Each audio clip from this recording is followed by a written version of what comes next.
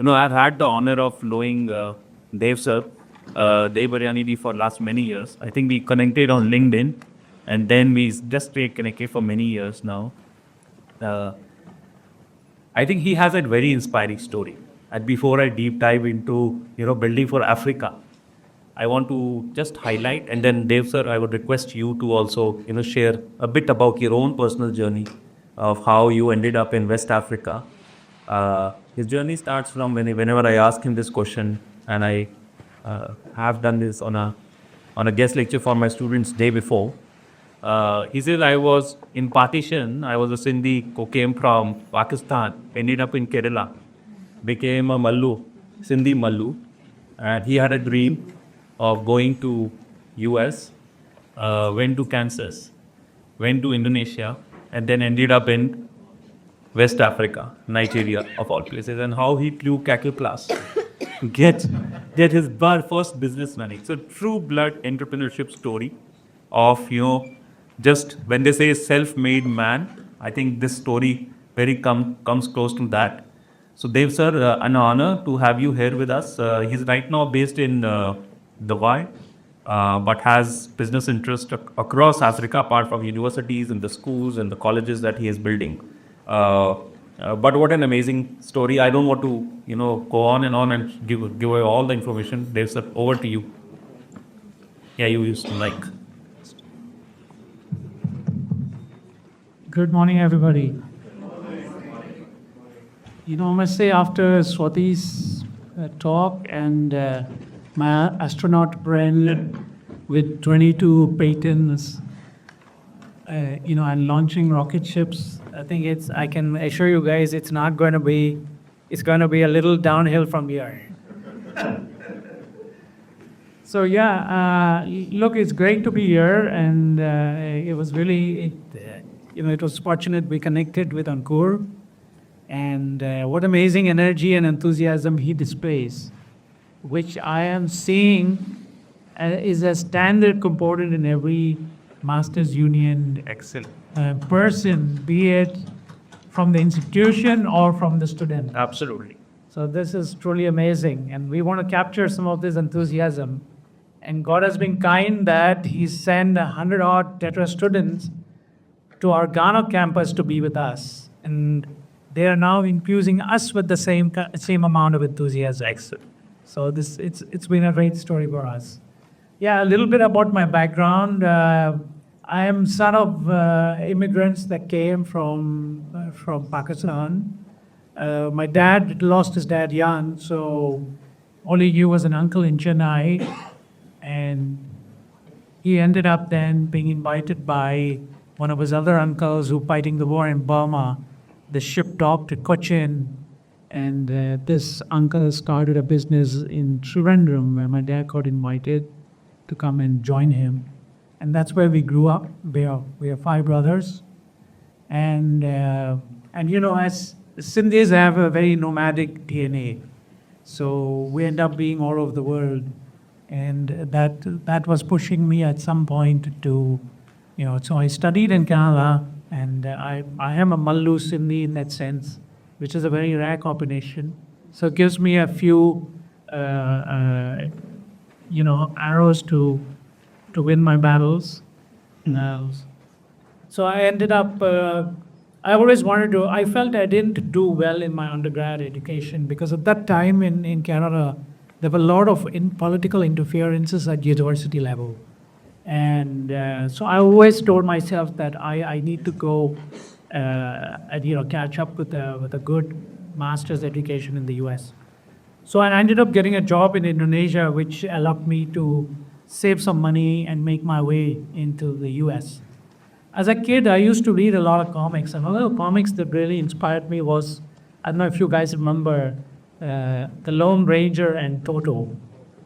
So if you remember, Toto is from Kansas. So yes, I was inspired by Toto, so I ended up going to Kansas for a master's degree in industrial engineering. I wanted to study business, but my professor convinced me that he could give me a scholarship if I stayed in the industrial engineering department. And he cheekily allowed me to take more than half my courses from business school. I somehow knew it within me that I'm going to run businesses. I had that entrepreneurial drive with me. So I didn't care for the kind of degree I got. And I was the only guy going back from the US in those days because something about the third world pulsated in me.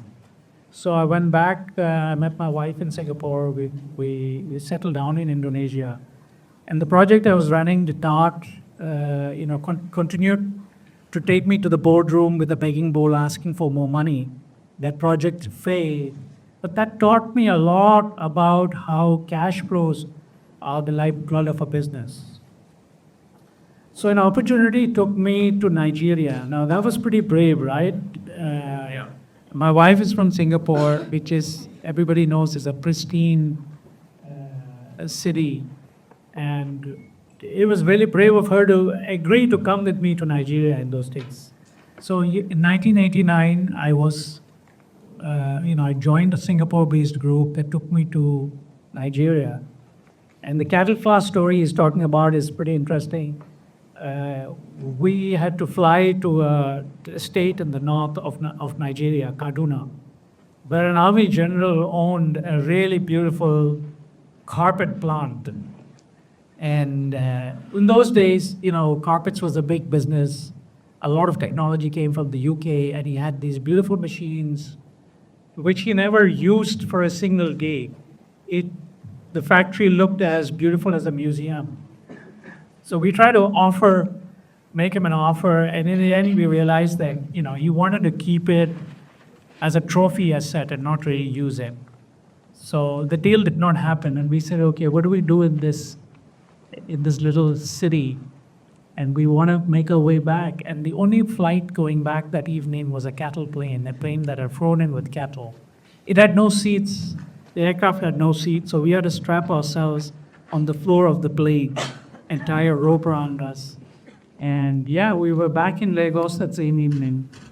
And so the business I wanted to run did not happen, but in the process I saw opportunity, because every Nigerian I would meet would look at me as a foreigner with an access to foreign exchange. Nigeria in those days had a big foreign exchange borrow.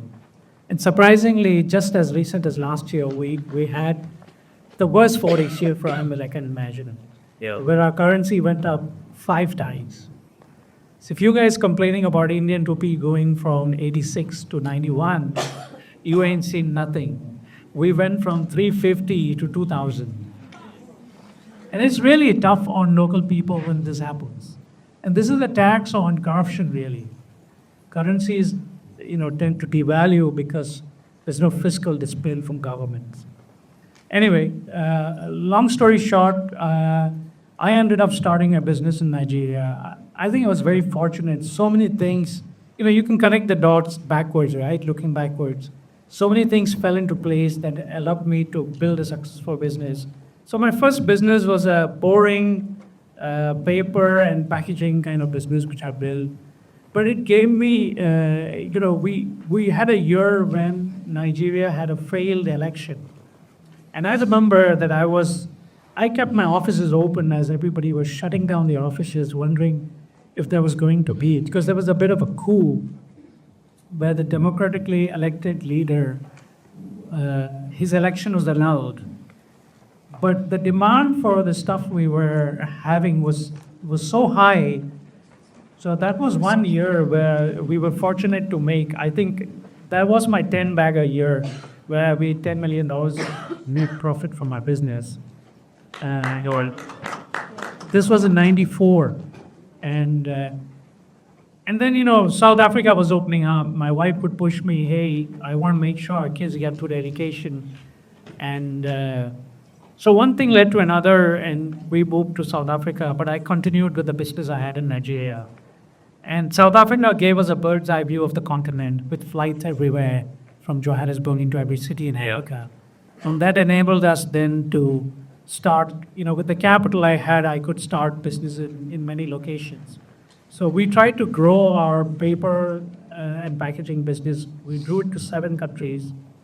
And as luck would not have it, some of my young friends who were my suppliers One of them went to INSEAD, stayed in touch from Fontainebleau, saying, "Hey, Dave, I'm thinking of ideas. We should do a startup together." We hit it off well as friends. You know, as a young guy in Africa, building businesses. This guy from Singapore, uh, studying in INSEAD. So when he came back, he worked a few years for Boston Consulting, and he came up with the idea of setting up, in those days, I'm talking of the year 1999, when dot-com went bust, B2B in the industrial space started to take off. So there's a company in the US called Edu Pump and Paper, uh, which was a big inspiration to us, and we tried to emulate the same. We set up a company called ePulp and Paper. We were going to get all the paper mills in the world connected on this platform, which where basically could happen globally. And we were surprised to see that two VCs in the years of dot-com bust were willing to invest in us. So it was a pure luck investment, I would say, which really took off. We were the only surviving dot-com in the era. And I was good. I had friends who were, and business partners who had their feet on the ground and were able to use the capital we had released to spread the capital wisely and build offices globally. And we still survive today. In the B2B industry, people still want to be offline. They want to get on a phone call to know what they're buying. So the e-commerce aspect of it hasn't taken off, but as a real business globally. So it is the stuff like this that continue to give me courage. And I must say one thing, one would be totally obtuse if you lived in Africa at the time we were in, and even now, that if you don't think of giving back, thought of not giving back doesn't come to you. So it was as simple as that. I looked around and I said, God has given me this wealth, and we need to do something useful with this wealth. And education is a wonderful way to give back. And Mandela's words always ring in my ear. I was also very influenced by Mandela. What Mandela did for the world, for democracy, for Africa is, was real inspirational. So the best thing one can do is really education, to bring in young minds and give them a platform to see the world, travel the world, and give back to the world. So Dev sir, I will inspiring story. I'll come to the education bit, but I just want to also give the audience the idea of the businesses that you are in. How big is the group? I know you have 2,000 plus employees and some. Yeah, so we, like I said, from Johannesburg days, I was able to cut and paste businesses, grow in different countries. So we are today in about 15 countries in Africa. And we've also diversified our businesses. We are into pharma distribution and manufacturing in Africa as well. And we stumbled into education in some form. And today we run 3 low-cost colleges under a name called the Blue Crest Colleges. And these are really in godforsaken countries. One is in Ghana, which was easy to emulate. In fact, that was the first college business we got into. It's basic. It's a college in the city, rented buildings, a low-cost option. We teach about 1,000 kids on this campus in Ghana. It's called the Blue Crest Colleges. And then we moved them on to, we built the same in Liberia and Sierra Leone. I must tell you, in Liberia, because there's no real infrastructure, we're just a 6-story rented builder. But the kids call us the Harvard of Liberia. They tell us we feel we're in Harvard. Yeah. So amazing work. I'll come to the education part. I just also want to bring in Rajesh ji and Pawan ji here. Rajesh ji, if you can just introduce yourself and we'll put forward. Yeah, morning, everyone. My name is Rajesh Gupta. I belong to Delhi. But I left Delhi about exactly almost 30 years ago. I was a student of Delhi. In fact, last couple of days of time that I've spent in an academic environment, because I'm more, normally my role is on the commercial side of things. And hearing all the people yesterday as well as today, before I talk a little bit about Africa, I want to just try to connect the discussion items with the theme. So first of all, I think very seldom do we get opportunities to hang with educators. I started my journey as a middle class boy growing up in a tough environment, and I think the only people who made difference more than after my parents were my teachers. Was it in school, doing the CBSE in tough conditions? I'm talking, I did my schooling, I finished my schooling in 1988. Then getting a good mentor in a gentleman called Mr. O.P. Sharma, who was managing the School of Aviation Science and Technology at the Delhi Flying Club, because I wanted to be an engineer, but I did not want to go to Bangalore and Bombay or Pune by paying capitation, etc. I think my father did not have money. So he gave me an alternate to do a diploma course at the hangars of Delhi Flight Club and complemented it with the degree course from Aeronautical Society of India and topped it up with a chartered engineering course from London. Yeah. And this only could have happened because of the knowledge of that gentleman. In 1992, when, of course, I was an aeronautical engineer, unfortunately, the aviation industry in India was not privatized.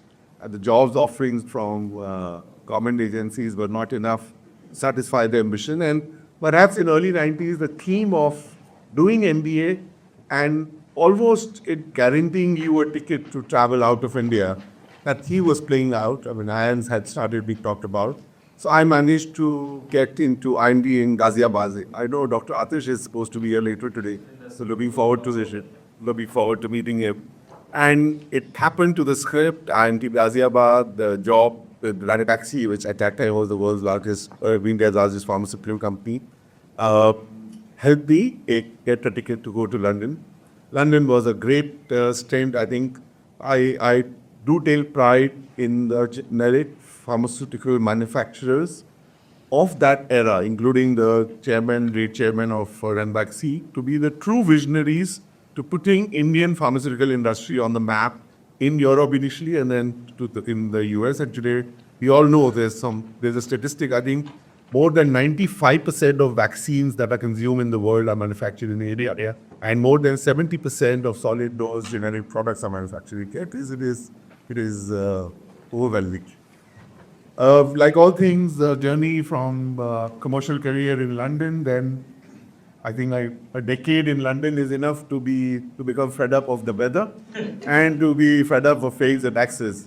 And by that time, the lure of sun, beach, and tax-free term being offered by Dubai, we have so many esteemed people from UAE, and that lured me towards Dubai. Incidentally, I'm a big brand ambassador of Dubai. I call Dubai as the best Indian city, and for me, it was almost like homecoming. And Dubai has been very fortunate in providing a base for my family, and I think that's where I want to make it with yet another theme that was being discussed yesterday and today. Dubai is today ticking many boxes for a lot of professionals as well as families. However, I think one educator from Mumbai just asked Dr. Fred about the issue of privileged kids versus unprivileged kids. And I think as a parent, I am a parent of two boys aged 11 and aged 17. And I think that is something which has started bothering me because Dubai is too artificial, close to the real world. And advice then, including Shreya, your story about going to to the slums of Kenya, etc. Today's generation just does not have patience. So this is I was just trying to find a link between everything, and it's great to be here. And first of all, compliment all the educators doing a great job. Africa again now is this place which I am very vocal. I'm very vocal to Sudeb as well. That I wish I was 20 years younger. I would have been sitting at the forefront in Africa and doing work. I see Africa to be exactly where India was about 30 years ago. The challenge is that we all definitely will agree that India's quantum change has happened a decade ago with the new government, and for that, always our problems were political in nature. Africa, you multiply that problem by 55 countries. Out of the 55 countries, there is only one monarchy, and there are 54 democracies, but each of them is going through the pain that India as a nation went through 50 years post-independence. Will it change? When will it change? Who will be the change agents? I think it will. It's out there. Nobody can have a theory about it. Perfect. Just to end on a lighter note, of course, Dr. Fred stole the thunder of by saying 15 wives of both your grandfather, and because otherwise I was going to use the opportunity because Dr. Fred in one of his lives introduced this beautiful kingdom of Eswatini. And Eswatini's king, who's of course a very dear friend of family, has the privilege of 14 wives. And whenever he travels, he comes to Dubai. He comes to Dubai in his own aircraft with his 14 wives and his probably 100 cars, etc. But yeah, that's Africa for you. It's a lot of fun as well. It's not all bleak. Right. Yeah. 40 wives, lot of fun. Thing that I want to focus on. God bless you. Thank you. Let's go to the guy who is 30, 40 years younger. As you said, 20 years younger, you would have been sitting in Africa. Pawan is now sitting in Africa. Pawan, just tell us a little bit more about yourself and, your journey from US to back to America now, what you're building these. Hello. Thank you. So, good morning. Good to be here. So my journey, I was in the US. I did my college there. I worked out in the US for about 5 years post-graduation. I was in the tech and electric vehicle space. I started as a financial analyst. I grew my way up to be director of strategy and product development finance. And then obviously, there was always a plan to come back to Africa. And what really drew me back was the education project. So just to give some stats here and how I kind of thought through it is sub-Saharan Africa is a population of roughly 1.4 billion people. The average age is 19, and it's projected to grow to roughly 2.5 billion by 2050. So what that means is by 2050, 42% of the youth in this world will be in sub-Saharan Africa.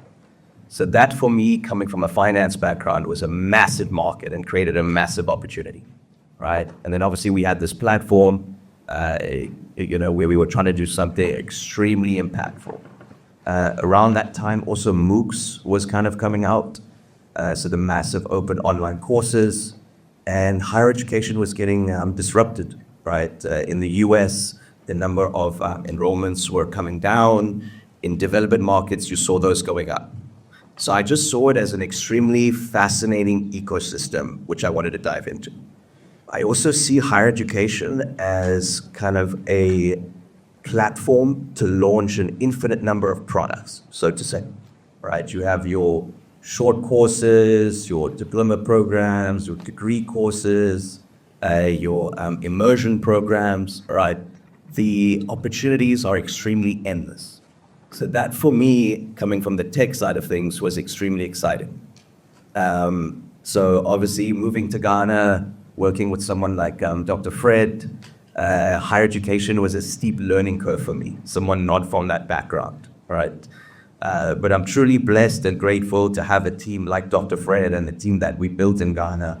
It's truly an incredible team. I am now spend more time in the US. We've set up a US 501c3, where we are looking to tap into donor and philanthropic support to create more access to an institution like ours. One of the biggest issues in Africa is students and young people having the ability to afford quality higher education. About 95 to almost 98% of students are in public institutions. Public institutions do not have the capacity to support, nor are they pushing a more innovative model of education. So some of the exciting things that we are trying to work on from the foundation side is we're in the process of piloting an income share agreement model, right? So where we enroll students and we have a corporate partner that is willing to hire them and a financier that is willing to finance them. And ultimately, these students are going to pay back their tuition fees over the course of their employability. So we're trying to be very innovative in piloting very unique models of access to education. Yeah. Power to you, excellent. I think, I'm also conscious of the time because we have the Shiv Keda session starting at 11:30 and we're at 11:10. So we have 10 minutes. 10 minutes for the coffee, right? You want to say something? It will come to you. Just give me 5 minutes. I just want to first finish the subjects here, then I want to address and it will come to you for 5 minutes Q&A. Pawan, more power to you. I was just want to say, having traveled in Africa, yes, as what Dave sir said, learning low-cost colleges is like Harvard for them. It's great. You are providing access to high-quality education. I think appears with more of those colleges. Blue Crest colleges are doing wonderful work in Liberia, Sierra Leone, Leone, and Ghana. And you have done, I think you, in the past, you also have run training programs, IT training programs, and for years you have been doing this. But what led you to set up this? This is a world-class institution that you believe you are building, right? Academic City. It's a project. It's not, it requires a lot of capital, a lot of money. And the other day you were telling me you have given our $50 million to set this up. And there is a limit to what extent a private institution can do. And I was hearing my friend from Kenya talk about scholarships. And I've heard this demand in Africa that we have so many students who want access to high quality education, but where does the finance come from? Private institutions are dependent on their tuition fee, mostly, or with donors. We don't have endowments in Africa. We don't have huge government support coming and financing that education. So it's a difficult market to be in, right? So what was the inspiration? Why did you wanted to set this up in Africa, and let's say not Dubai, or other places, right? So that was an easy call because, I just said I made my money in Africa, let me give back to Africa. Simple as that. Wonderful. Conducting. So I just wanted to harp on this. Now that you have, I think it's been almost, 5 years or more for Academic City, or 10 years? 7 years. 7 years. Now 7 years journey has gone by, and you just mentioned Teta. We sent 100 students your way, and I was there. Beautiful campus. How has the journey been for 7 years? What are the challenges and what are the opportunities? What you think are areas of support that you would want from the community? Look, from a founder, from an investor perspective, we've had a rough decade in Africa. That's essentially because currencies had gone really low. We've seen leadership, some real terrible leadership. We've seen money allocated in Ghana, for example, the likes of $80 million budgeted for a cathedral, which I heard last that went up to $400 million. Wow. These are some of the excesses of Africa that you see. It reminds me of the time 15, 20 years ago in India, every day you would hear of a new corruption. That's the kind of phase we just come out of. Fortunately, things have improved for us. And look, we all know that there is a bigger play behind all this, right? What the US dollar wants to do, if you keep pumping more money and you want to prop up the American economy at the cost of the third world, Beluga. So there are many moving parts. But as a founder, why did I want to do this? Look, I felt I dabbled in different levels of education, and I came to the realization that I want to do the best. And I must say, India has inspired me. I heard stories of ISB, of how Rajat and Pramat, I met Pramat many years ago. And these are things that stay in your mind that, look, if there's one thing to do is to give a high quality education. And the other thing that also drives me is I'm very proud of the fact as an Indian, as an expatriate, I want to do some things that the Africans can be proud of as us as Indians. I don't want to, just build run-of-the-mill stuff. Yeah. So an institution will stand out, and these are things that are going to go beyond me, beyond my kids. These are going to be run by trusts, and they're going to be 100, 200, 1,000-year institutions. So we're trying our best in the beginning to lay the best foundations possible. Absolutely beautiful. I think round of applause. That's what I feel. And another more things were been experiential over the past 2-3 days, Ankur, and you see our journey. So I think I pleasantly am extremely surprised and impressed by the philanthropic journey that has started with institutions that we have got over the last couple of days, O.P. Jindal and Ashoka, Rishi Hood, etc. And I think even Africa has to follow that at some point. But of course, Pawan is doing a great job sitting in New York, running a foundation. And the numbers are very different. Like from compared to US to India, numbers are different. Compared to India, Africa numbers are different.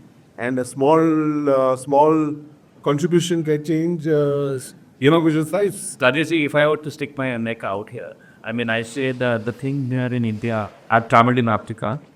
I'm just traveled. I lived years in Africa. But what I see is there is a missing middle class in Africa. The aspiration is that you want to fly off to Europe or US or UK. As Dr. Fred was also mentioning, his dream was to go to US.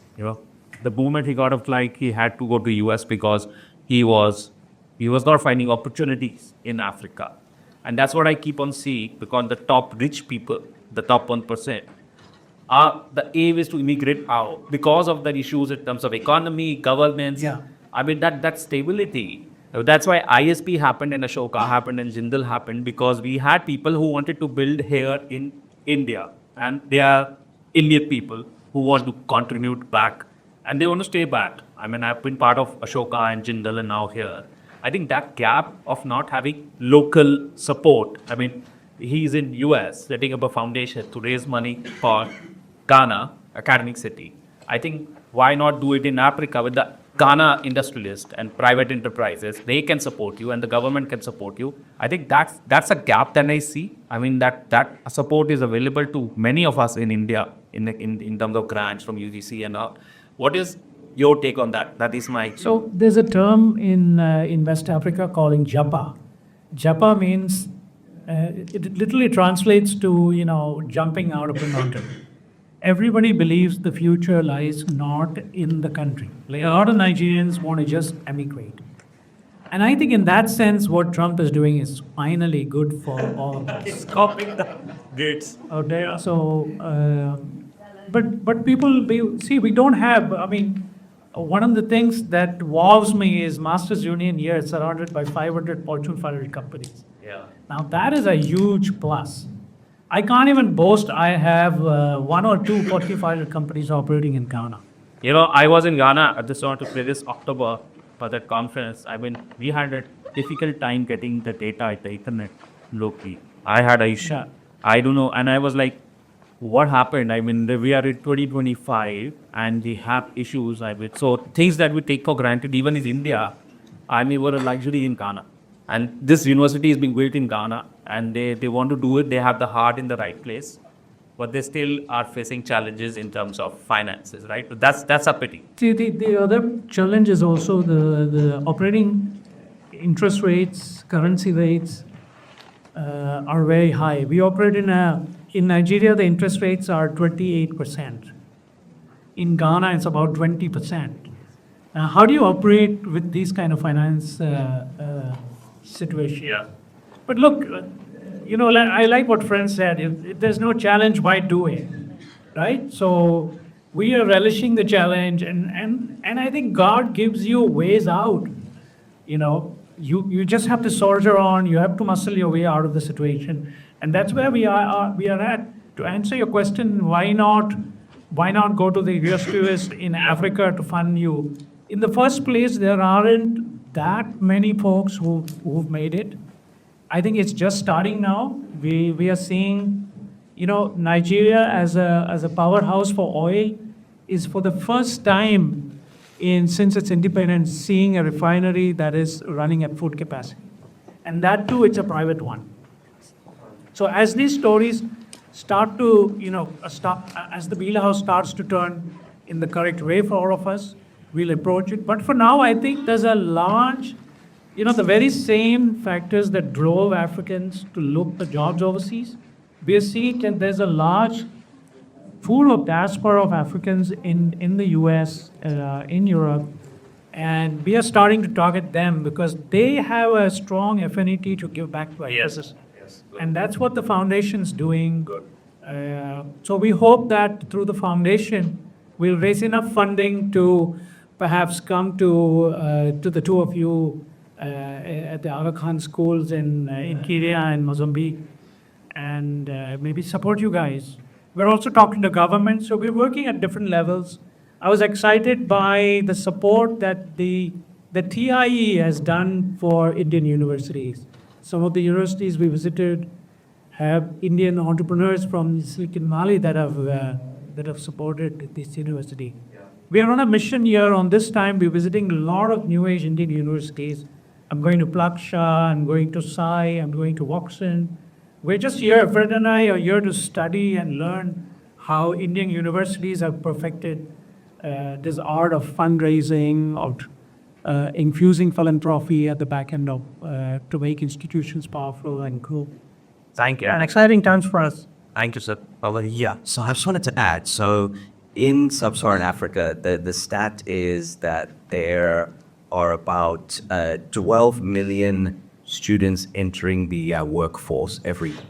But the number of full jobs per year is roughly 3, right? So at Academic City, we focus a lot on entrepreneurship, right? So all students take 4 modules in entrepreneurship, and this is coupled with courses like technology and society.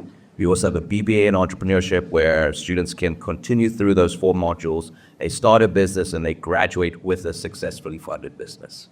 So in our inaugural class, I believe where we had roughly 40 students, we have about 5 ventures that have come out of that.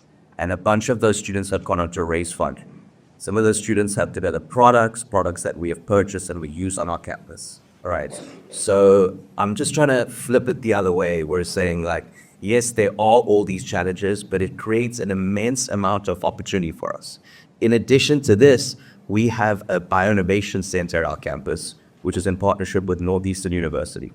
And the idea there is African governments and countries spend was $40 billion per year on medical devices, right? And these devices are imported from majority of the West and China, and they cannot be utilized locally because of lack of skills or, there's no power, and so on. So there's a huge opportunity here to really create products and services that can be utilized in these markets.